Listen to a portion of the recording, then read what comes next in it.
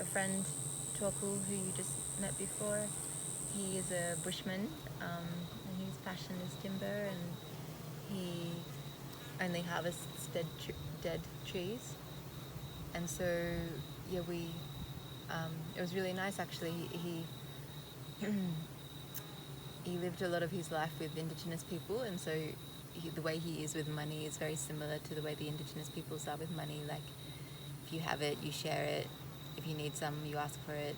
And so he had a Lucas mill with some friends, but it wasn't really flowing, the arrangement. They had been sharing it a long time, and for some reason it wasn't flowing. And so he came up to me and he said, "Oh, do you have $8,000 that I can buy a Lucas mill, or put towards a Lucas mill for, because I want to support young families to move into the valley and make tiny homes." And I said, "Yeah, sure." He's like, "And then you can have all the timber that you would ever want, for that $8,000. I'll mill you anything you need." I was like, "Great, sure." Perfect.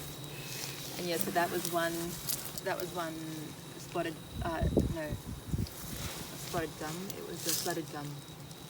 One big flooded gum that did that whole extension. And we just did it with friends, built it with friends. So I think it cost us less than $5,000 for the tin and the things that we couldn't forage ourselves. But yeah, all the timbers. Yeah, also I've been operating the bandsaw mill and milling all of my own lining boards, which has been really... Is it the machine up there? Yeah, we can go have a look. Yeah, I saw it before. I was like curious. Oh, what's this thing? You had a look on the other side of the truck? Yeah. I went all the way up to the top there, to the other house. Yeah, nice. And then, yeah, I was curious. What's this thing? Mm-hmm. Did you see all the rosewood on the back of the trailer? Yeah. That's a really old tree. A really beautiful old tree. So we'll mill that up next. Yeah, so the Lucas mill, it breaks the trees down into big slabs, big hunks, and then the bandsaw mill, you can get whatever size you want from that, like 4x2s or lining boards. And where does he find his logs? He just goes bush. If people have land, he'll say to them, "Can I look on your land?" And then he's super generous, so then if anyone wants anything, if they want some timber cut in exchange, or if they want to share the tree, whatever arrangement they can find together. And yeah, but he's constantly, like the way I am with herbs and plants, he is with wood. He's always like, "Oh, look at that tree. That tree's dead, or it's fallen, and I wonder whose it is."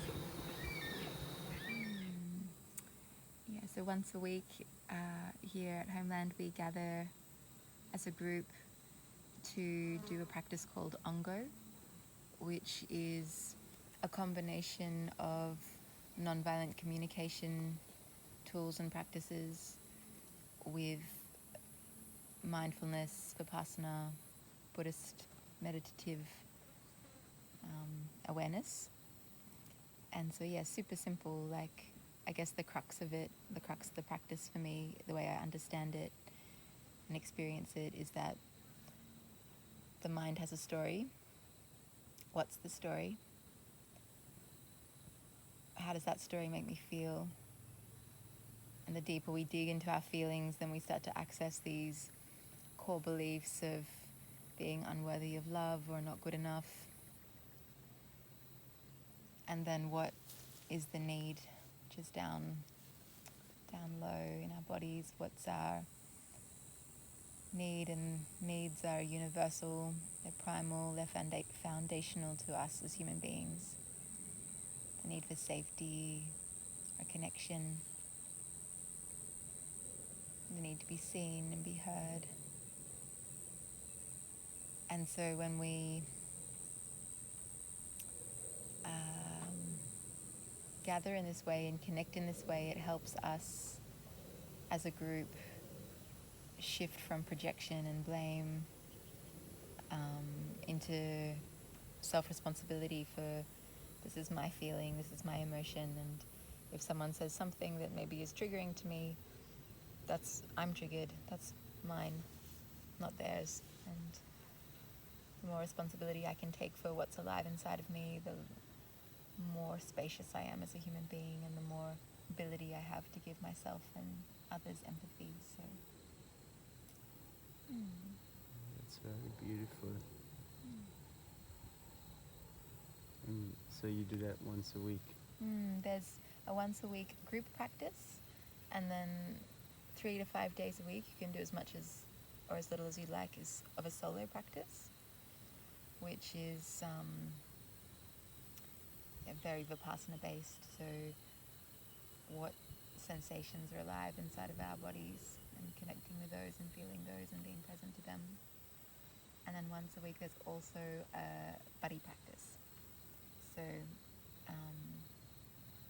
every 4 weeks we change our buddies. So we go with someone and we gather with them for an hour for a week and have a chat.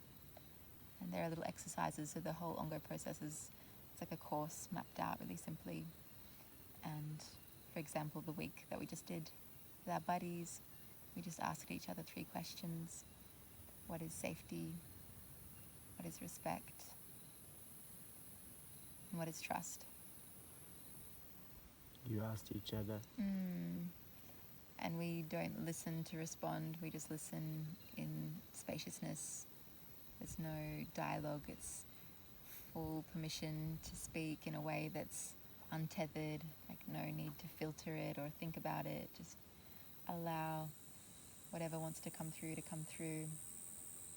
And yeah, it's profound, I find, to connect with those things and recognize that, I guess for me what I recognize in that is that there's conditional and unconditional safety. And if I'm dependent upon the external to make me feel safe, then it's a conditional circumstance. If I can commune and connect with that which is the unconditional source of safety from inside, then I'm less dependent upon the external circumstances being a particular way for me to feel comfortable and well. Yeah. So a little update. Over there we got like another 4 beehives, and in total they got 9 beehives here. The goal is to have 30 beehives spread all over the property.